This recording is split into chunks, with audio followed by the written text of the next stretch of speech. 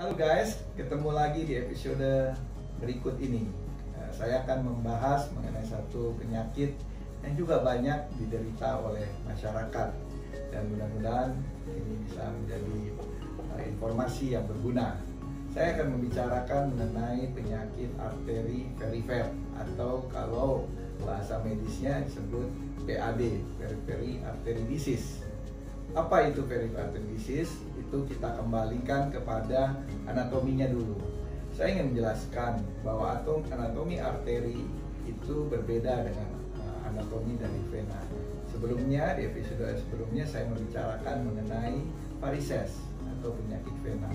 Arteri itu berfungsi membawa darah bersih, dan arteri itu mengalirkan oksigen, makanan, zat-zat makanan oleh karena adanya tekanan dari jantung.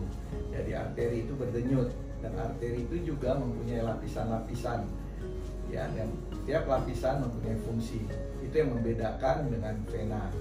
Dan arteri itu juga terdiri dari ada arteri besar seperti aorta, arteri pulmonalis, ada arteri sedang seperti arteri femoralis, arteri popliteal di tungkai, atau juga arteri yang sangat kecil, yaitu kita sebut arteriol atau kapiler. Ya, saudara, para pemirsa, saya akan masuk kepada penyakit apa itu periphery artery disease.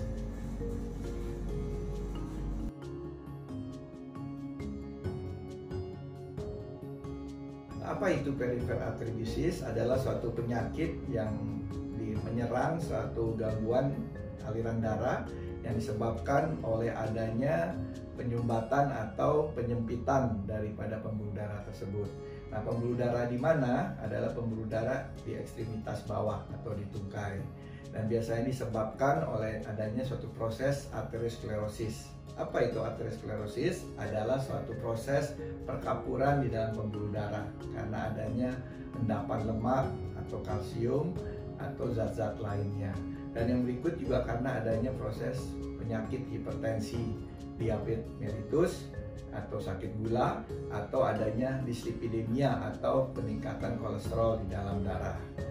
Nah, gangguan arteri itu bisa ada grade-nya, bisa dari yang ringan, mungkin penyumbatan atau penyempitan masih di bawah 30%, ada yang mulai sudah sedang 40-50, ada yang sudah sangat berat, bisa 70 atau bahkan 90%, atau bisa 100%, itu artinya total oklusi atau sumbatan total.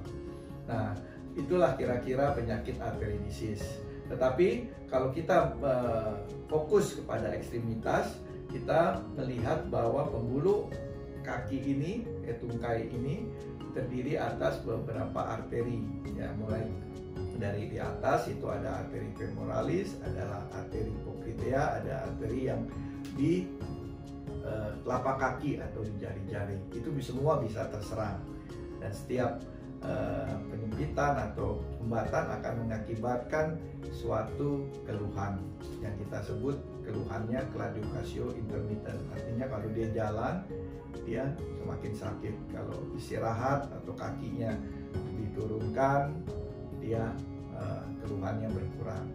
Dan apa itu penyebab daripada PAD atau periphery artery disease? Baru kita bisa lihat bahwa penyebabnya ada faktor-faktor risiko seperti penyakit pembuluh darah koroner atau di otak, sama saja. Ada faktor jenis kelamin, biasanya pada pria lebih banyak daripada wanita, tapi pada usia setelah menopause wanita lebih banyak.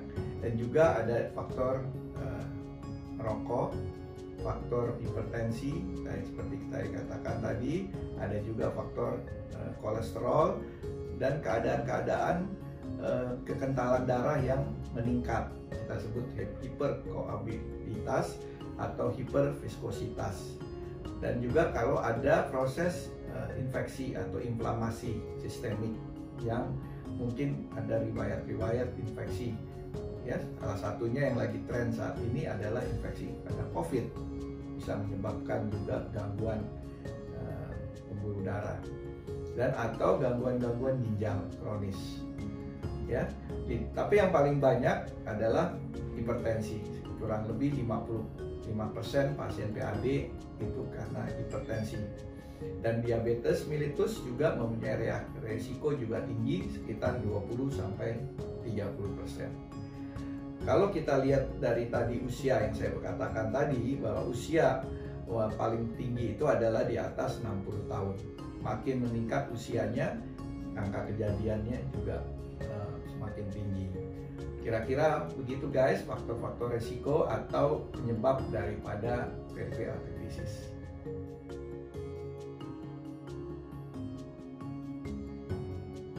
Ya, apa itu gejala atau tanda-tanda dari penyakit arteri disease? Hampir 70% memang pasien itu tidak mempunyai gejala pada saat kondisi ringan. Tapi kalau sudah semakin berat, dia akan mengalami kondisi ataupun keluhan seperti yang kita sebut claudication intermittent. Apa itu claudication intermittent? Adalah keluhan seperti nyeri atau kram kalau apabila pasien itu berjalan. Tapi setelah istirahat 10 menit, keluhan itu berkurang. Ada juga keluhan lain seperti kalau kita rasakan bahwa ada rasa kok jari-jari atau kaki kita sering dingin dan kebas, kesemutan. Itu juga merupakan salah satu tanda daripada adanya gangguan peripheral artery disease. Dan atau kulitnya kadang-kadang kering atau bersisik. Itu juga menjadi satu tanda. Yang sering juga saya temukan di dalam praktek, pasien mengeluh kalau jari-jarinya sering biru, keunguan. Nah, itu juga mungkin salah satu tanda peripheral artery disease.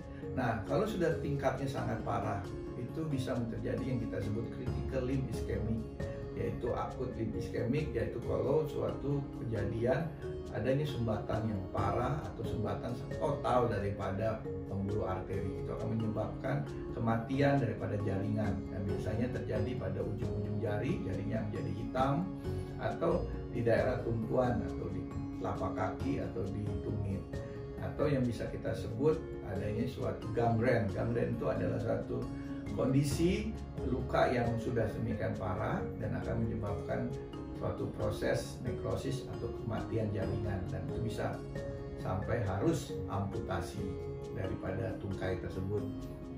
Lalu kita melihat keluhan tadi, gangguan tadi, memang PAD ini merupakan satu masalah yang harus sangat kita perhatikan.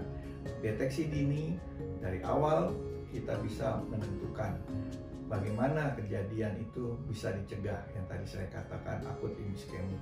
Pemeriksaannya memang sangat sederhana, bisa mulai dari pemeriksaan yang kita sebut ABI, Ankle Brachial Index. Itu sangat sederhana, kita bisa mengukur perbedaan tekanan darah di lengan atas dibandingkan dengan di tungkai. Kalau ada penurunan daripada rasio, hati-hati, itu akan bisa mengarah kepada penyakit peripheral disease. Guys, itu adalah salah satu penyakit yang sudah saya jelaskan, mulai dari penyebab, keluhan, dan bagaimana memeriksanya.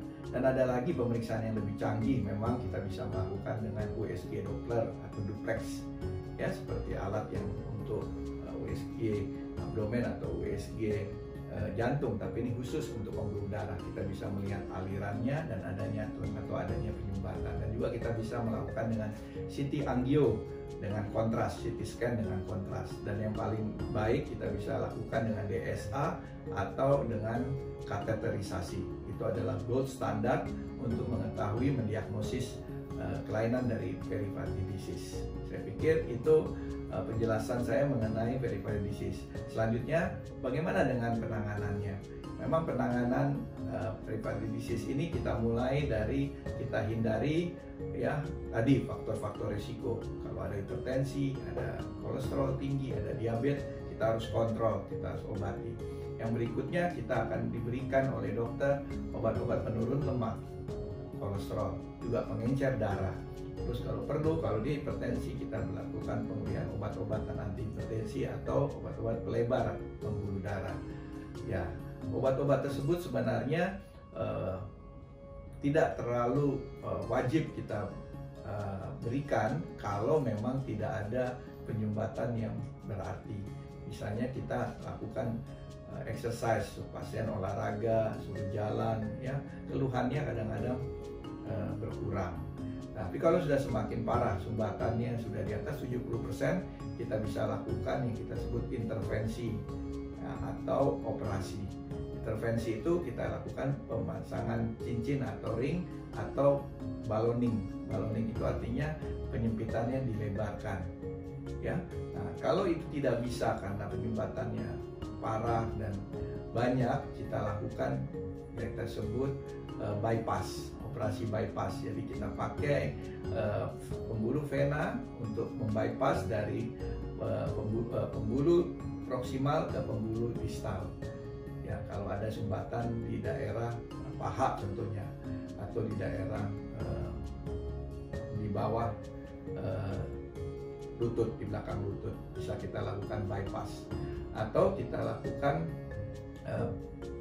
pemasangan yang kita sebut operasi dengan protese. Jadi ada pembuluh buatan, itu juga bisa, dan semuanya itu adalah tindakan operasi. Saya pikir itu ya yang bisa saya jelaskan, dan juga yang penting bagi kita semua yang saya ingatkan bahwa penyakit arteritis ini merupakan salah satu tanda kalau pasien menderita penyakit arteritis, berarti dia harus juga periksa kelainan di jantungnya, kelainan di otaknya, apakah ada juga penyempitan pembuluh darah di otak. Kembali, Dr. Royman Simanjuntak sudah menjelaskan mengenai peripheral arteritis. Saya harap tetap menonton di episode berikutnya, topik-topik menarik di Royman BTKP channel YouTube. Salam sehat.